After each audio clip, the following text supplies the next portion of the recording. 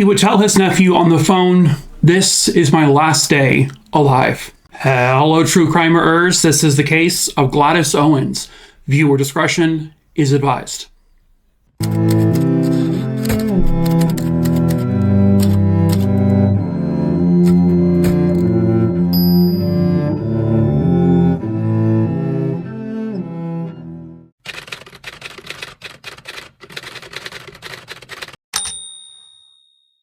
It was September 7th, 1989 at 7:15 p.m. An attorney in Wichita, Kansas gets a phone call from his uncle. The attorney's name is Arden Bradshaw, and his uncle is Joe Owens. Joe had a request for his nephew.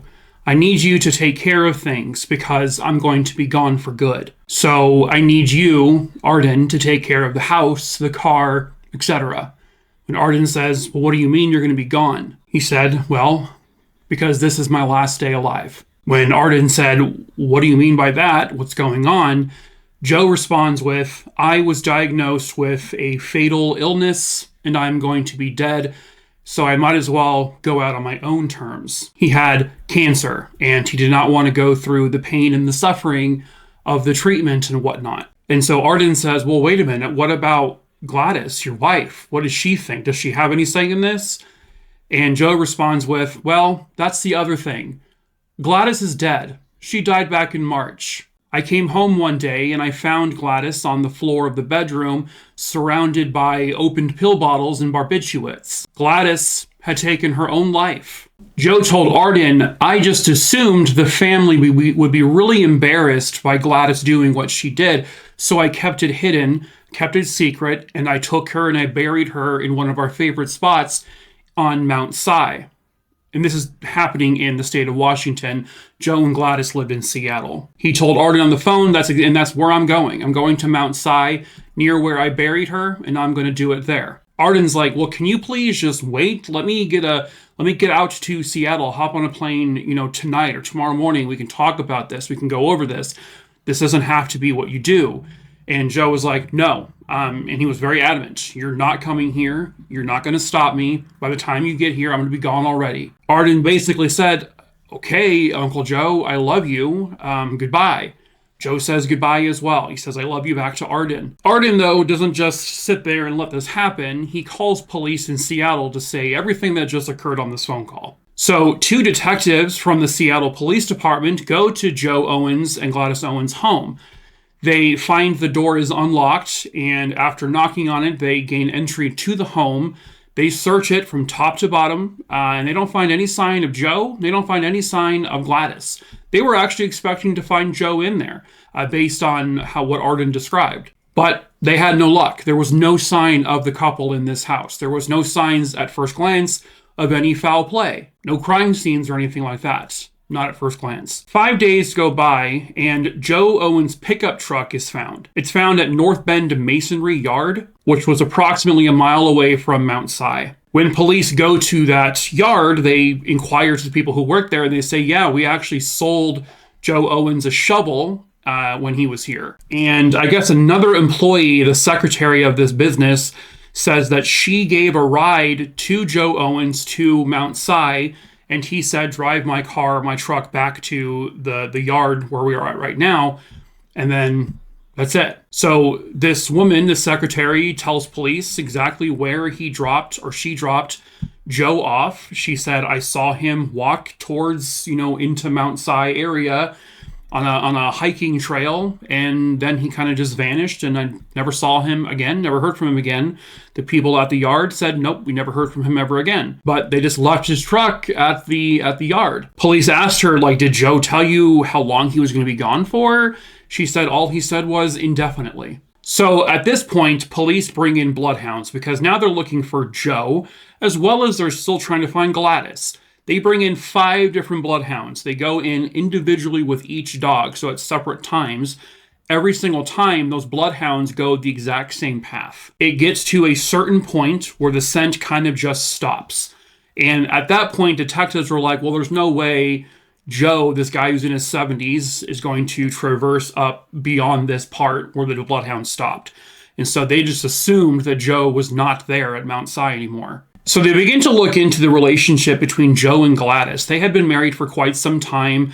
I don't think they had any kids. Gladys was from a very big family. She had a lot of siblings. At the time this case occurs, she is 78 years old. So she's about 7 or 8 years older than her husband, Joe. Gladys is a piano teacher. She teaches young children how to play the piano. She goes to their homes and, teaches them. And this was literally the only way Gladys had spending money. Joe apparently worked in real estate and he apparently made a lot of money, but he didn't really spend it much on Gladys. So Gladys had to earn her own money doing the piano lessons, which is something she loved doing. And there will be multiple people they would interview who had kids who were taught by Gladys, who said Gladys was like the absolute sweetest older lady you would ever meet in your life. She was so good and so gentle with the kids. She never put any stress on them. She never yelled at them or was strict with them. She was always so helpful and so encouraging. And they said that Gladys really looked like a 1920s piano teacher. That's how graceful and kind of old school she was. Gladys cared very much about her students. She loved her students and she wanted them all to succeed. And the parents of the kids just adored her. Now, in terms of the relationship she had with her husband, Joe, it was strange. They lived together, but by all accounts, they lived very separate lives. Joe was a homebody. He always was at home. He was always in his garden. He was gardening things, digging up holes, planting things all the time. And anytime Gladys would approach him and try to say something to him, he would just completely ignore her. They appeared to have a strange relationship, but it seemed like Gladys wanted the relationship to work between the two of them. They had been married for some time, but Joe seemed to have really no care in the world for it. So one of the students' parents, the mom's name was Gail. On Tuesday, March 14th, 1989, she would confirm that Gladys gave her daughter a piano lesson, but that was the last time she ever saw Gladys. The following day, another parent of a student of Gladys's, her name is Tammy. Tammy gets a phone call from Joe Owens. He tells Tammy, well, Gladys won't be able to come to the house. She won't be able to teach your daughter for some time now. She's going to be away. He said that she had to return to Kansas to take care of her 100-year-old mother, which was technically true. Gladys did have a mom who was still alive, and she was about 100 years old, and she was medically not really well. But whether or not Gladys actually went to see, the mom, it's likely not. But that's the excuse Joe gave. When neighbors would come by the house and see Joe gardening, they, in the days after that, they would always ask, where's Gladys? We haven't seen her. We haven't heard from her.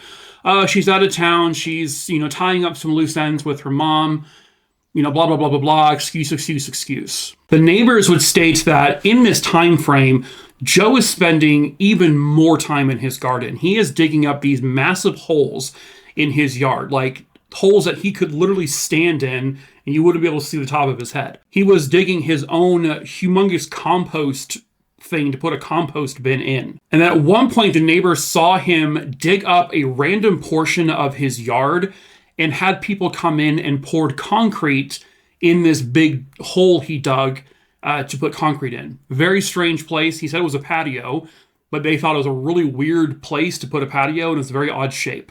3 months goes by, and one of the students' moms, Tammy, calls Joe and says, listen, I need a refund if she's not going to be teaching, my child anymore, piano.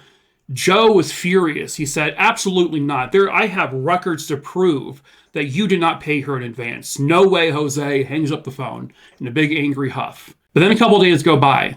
Joe Owens goes to Tammy's house directly and gives her a refund check. He had a complete change of heart, complete change of tone. She's like, what's going on? He then changes his story and says, well, Gladys, she's at the arthritis clinic in Canada. And Tammy's like, I thought you said she was with her mom. No, she's in Canada. He then goes to the home of the other student's mom, Gail, and gives her a refund check as well. But then he tells her a different story. He said to Gail, oh yeah, Gladys is doing great. Her mom is actually recovering, and her mom are going around buying old Nickelodeons in Kansas. Like, what? When Gail asked Joe, well, when's she coming back? When's Gladys going to be home? He's like, I have no idea. at some point, but I don't know. But he's like, look, I don't even know if she can do piano lessons anymore. Her hands aren't the same anymore. So I don't even know what you're asking me for more piano lessons for. She's not going to be able to do it. She can't even drive a car. Okay, Joe, maybe calm down. Eventually, Tammy and Gail, they meet up with each other, and they begin to kind of compare their stories about what Joe Owens told them. That's when they found out, wow, this is way off. These are completely different stories. We're calling police. And so they actually call the Seattle police. And so Gladys's family would come out with another story that Joe told them about where Gladys was. He said to the relatives, oh, she's in Vancouver, British Columbia. She's doing music lessons. What? Like, get your shit together here, Joe. So on September 6, 1989, a Seattle detective, a missing persons detective, goes to the house and talks to Joe. Joe very angrily responds to this detective. What are you talking about? Gladys isn't missing. And he tried to get him out of the house as soon as possible. He's like, listen, I've got contractors. I'm pouring concrete in my backyard. What is this about? Just go away. She's not missing. He said, why don't you come back tomorrow? I'll have a phone number you can reach Gladys at, but do it tomorrow. But then a few hours after the detective leaves, that's when Joe Owens calls his nephew and says, this is my last day alive. So then police go back to the house. They enter the home. They find that Joe and Gladys both are not there. And as they're searching through the home, at this point, it's 2 missing persons reports. And they find upstairs in a bedroom that all of the linens had been changed and were new, but they found one pillow. The pillowcase had very tiny drops of blood on it. They also noticed on a door to the bedroom had been thoroughly cleaned, except for in the crevices of the door, like where it opens, the hinge, there were some tiny little blood pieces there as well. So now they're like, well, we need to get someone out here to dig up this yard because he poured concrete in this really weird area. We gotta get in there. And so they bring in the equipment, they get the warrant to do so. They dig up this concrete and they get about 7 feet under the ground and they find absolutely nothing. They find dirt and that's it. And they're like, all right, well, she's not here, so let's pack up and leave. But then someone says, well, wait a minute. The neighbors have been saying he was also digging this really big compost pile for a compost bin. Maybe we should check that as well. So they bring in this machinery, they dig up all of the compost and everything from this where he dug, and they found that at the very bottom there was like this false bottom that gave out. When they peel it open, they find a body. They just found Gladys. She was dead. Her head had been completely wrapped up with duct tape and a towel. They also found a towel and duct tape wrapped around her stomach. At the autopsy, it was determined that she was killed by a .22 caliber handgun, and she had the bullet wound enter through the back of her head at an angle that was physically impossible for Gladys to have done herself. So this was a murder. Based on the tiny blood specks they found in the house, they believe that Joe likely approached Gladys as she slept and shot her in the back of the head, and then hid her in these compost holes that he had been digging for months. And they do believe that this was a premeditated murder because he started to dig these compost piles in January when the ground was rock hard. It was solid, but he had started it then, and he kept doing it. So clearly he was trying to dig this hole to eventually bury his wife in. So at this point, Joe Owens is indicted and charged with murder. Now they just need to find him. They do believe they found evidence that he had liquidated roughly $1 million in assets in the months leading up to Gladys's murder. They believe she was killed in March of that year of 1989. On March 11th, 1990, on a trail at Mount Si, a couple of hikers were hiking when off in a wooded kind of brushy area, they stumbled across a human skeleton. And when police arrived, they found the skeletal remains, they found clothing and some other belongings with these remains, and eventually they brought the remains to a coroner where they were able to get Joe Owens' dental records, and they confirmed that the skeleton found in the woods at Mount Si was Joe Owens. He had a self-inflicted gunshot wound to his head. The gun was found literally next to his body. So Joe did exactly what he said he was going to do. He went up to those woods at Mount Si, and he put the gun to his head and pulled the trigger. The scent dogs picked up to a certain area, but for some reason, detectives were like, nah, I don't think he would have gone beyond this point. It wouldn't have mattered anyway. He was already dead. when they were searching there, he was already long gone. So even if they did find him then, it wouldn't have done anything for the case. And so now, at this point, the case of Gladys and Joe is closed. Both missing people have now been found, and a husband murdered his wife. For what exact reason, it's not entirely known for sure, and they never will know because Joe's dead.